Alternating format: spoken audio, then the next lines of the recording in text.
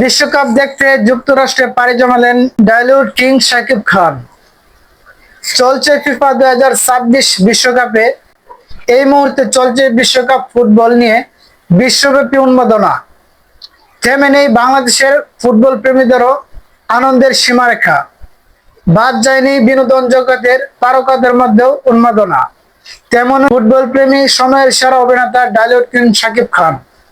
ভালোবাসেন ফুটবল, ভালোবাসেন মেসিকে। জানা গেছে শাকিব খান সদ্য আয়োজিত চলচ্চিত্র শিল্পী সমিতির নির্বাচনে অনুপস্থিত ছিলেন। সমিতির নির্বাচনের আগের রাতে তিনি যুক্তরাষ্ট্রে পাড়ি জমিয়েছেন। আর্জেন্টিনার সমর্থক শাকিব খান ফাইনাল ম্যাচ দেখতে নাকি ছুটে গেছেন 7 সমুদ্রের 13 নদীর ওপারে।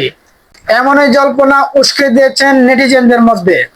তার অনুপস্থিতি নিয়ে তৈরি হয়েছে ডালিপাড়ার নানা আলোচনা সমালোচনা।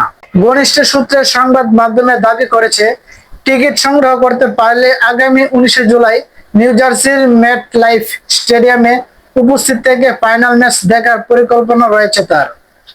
শাকিব খান তার প্রিয় আর্জেন্টিনাকে শিরোপার লড়াইয়ে দেখতে মুখিয়ে আছেন।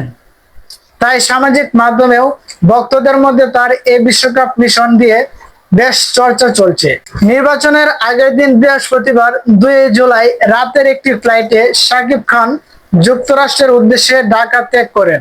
সো ফ্রেন্ডস, এই ছিল আজকের ভিডিওটা আপনাদের কাছে কেমন লাগলো?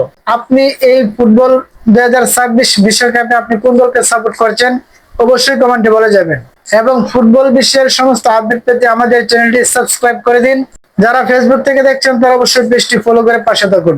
ধন্যবাদ। সবাই ভালো থাকবেন, সুস্থ থাকবেন। আল্লাহ হাফেজ।